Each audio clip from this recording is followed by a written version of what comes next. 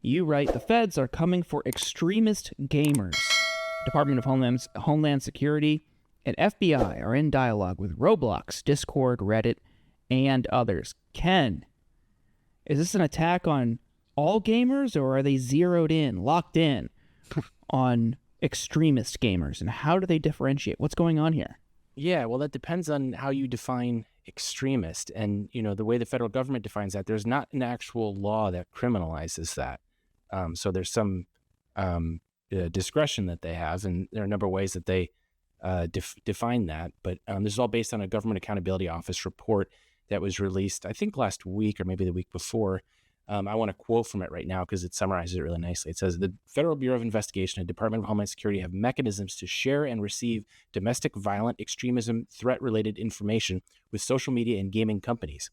It goes on to say that, so the part of DHS that this is, it's its intelligence branch. It's called the Office of Intelligence and Analysis. So one of the things that they do is to conduct meetings with these gaming companies to, quote, share information with INA, that's the DHS intelligence office, about online activities promoting domestic violent extremism, or even simply activities that violate the company's terms of service. So it's important to differentiate.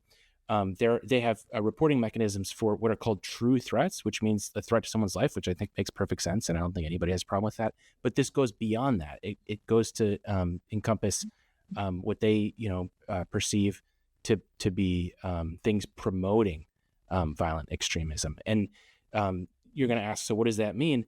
The honest answer is we don't really know. And the Government Accountability Office report essentially says there's no overarching strategy for any of this. They have no explicit goals. So what they're warning about is basically there's no guardrails for this because we don't have a clear definition of what it is that they're supposed to be focused on and supposed to accomplish.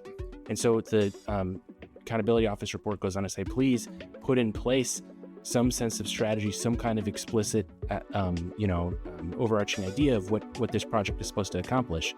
Because in the absence of that, that's when things go wrong. Thanks for checking out The Insurgents. What you just heard was a free preview.